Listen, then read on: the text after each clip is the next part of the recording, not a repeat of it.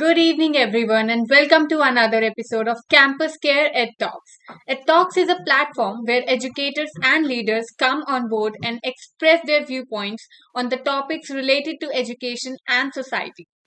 Our topic for the day is making classrooms a more introvert friendly space, and to express their viewpoints on the same, we have with us Miss Aparna Vyas, ma'am, principal of Shri Devi Ahilya School, Indore. A very warm welcome, ma'am. Hello, Mahak. Good evening. It's so good to have you here, ma'am. Thank you so much for being here. Thank you so much for taking out your precious time, ma'am. You're always welcome. Ma'am, shall we begin off with the session now? Yeah, of course. All right, ma'am. So we do all know that introvert is a person who have a qualities of a who is a more comfortable focusing on their inner self and ideas rather than what's happening externally. So in these cases, how do you think we can engage introvert students to participate in the classrooms? Yeah.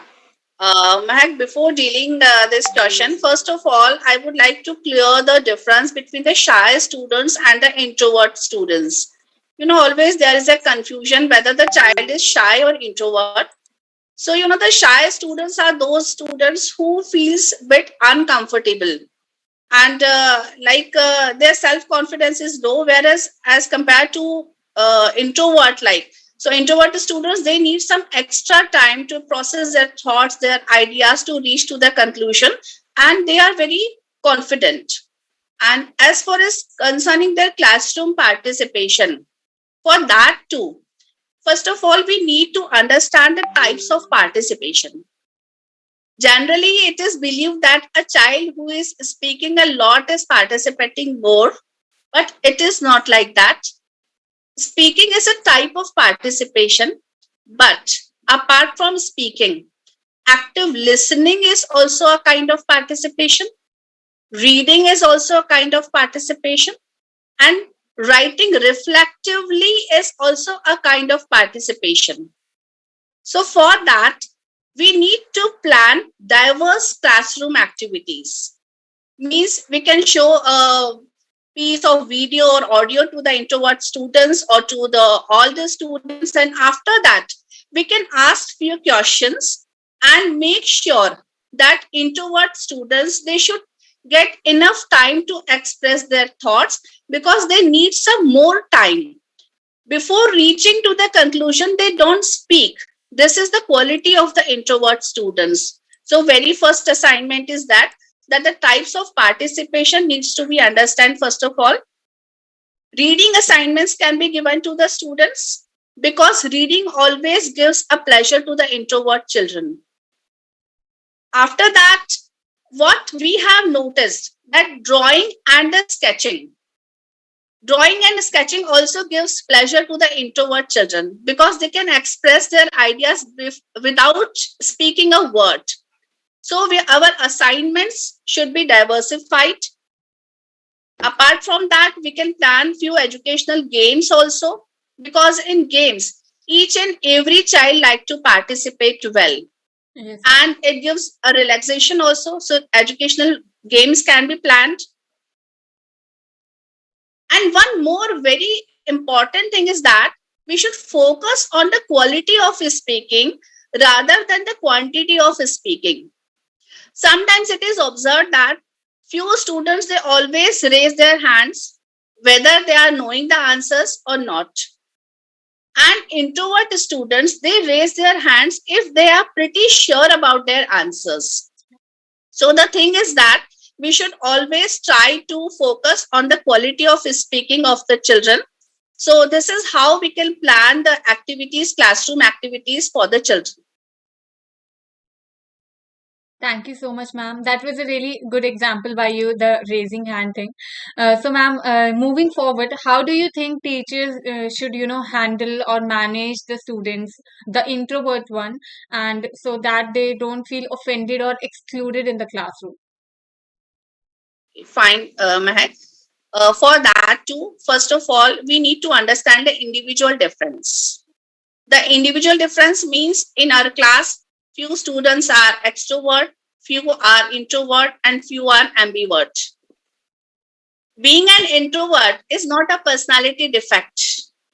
The very first thing, a teacher has to understand this thing, that if a child is not replying immediately or speaking less, it does not mean that a child is having any personality defect. It's the nature of the child. And we should not try to change the nature of the child. Rather, we should give the child a proper enough opportunities to get adjusted in the classroom. Second thing, we should never label a child. Avoid labeling, like this child is introvert, this child is extrovert, he speaks a lot, she speaks a little, she never speaks, she replies, she doesn't. This way we should not label the child. This is the main thing. If you are going to label the child, they feel somewhat discomfort. Always use positive reinforcement. A positive reinforcement and non-verbal communication. It matters a lot.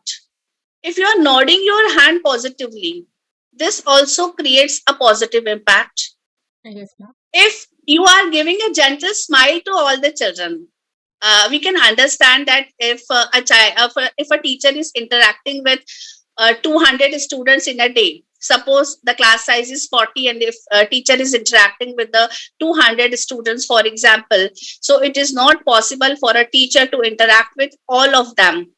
But a gentle, pretty smile can be given to all the students, and make sure that they should not be neglected in the class. They should not feel neglected in the class. And one more thing,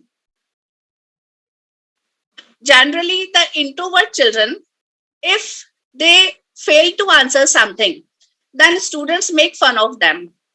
So teacher has to handle that thing very carefully.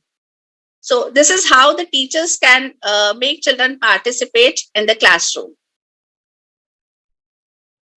Thank you so much, ma'am. That was a really brief explain by you.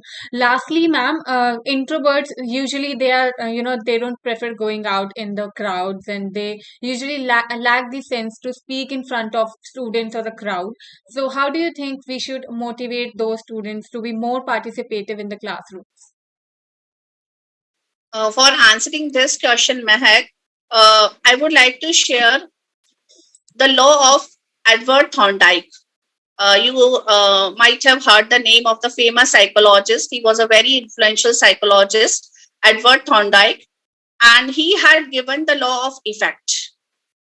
The law of effect states that any behavior whose consequences are very pleasant is always likely to be repeated, and any behavior whose consequences are not pleasant is likely to be avoided. If a child is speaking something, make sure that we should always give a positive reinforcement, and we should celebrate the success of the child.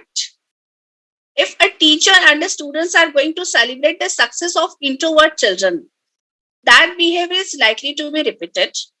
And for that, what Thorndike has explained, like his principles are being included in the learning procedure. The law of success and the law of practice as well. As we all know, practice makes a man perfect. Yes. So if we ask any student to express his views in an open forum, and particularly the introvert children, we should always give them enough practice, enough number of practice. So the child speaks confidently in an open forum, and definitely it is going to be very positive. It is going to create a positive effect, and a child will speak more confidently. So what I feel, actually, Edward Thorndike, he worked on the animals, and after that he reached to the conclusion. So if the animals can, after practicing, if the animals can learn a lot, then we all are human beings. So definitely it will work. So law of practice, law of effect, and law of success, it should always be kept in mind while dealing with the introvert children. Thank you so much. Thank you so much, Aparna ma'am. I hope our viewers, learned a lot from the session, and that was a really informative session with you, ma'am. Thank you so much again for being here, ma'am. Thank you so much. And I also felt very pleasant. Thank you so much, Mahak, once again. Thank you so much, ma'am. And for all the viewers watching us out, please subscribe to our channel for more stuff like this. Thank you, ma'am. Have a good day.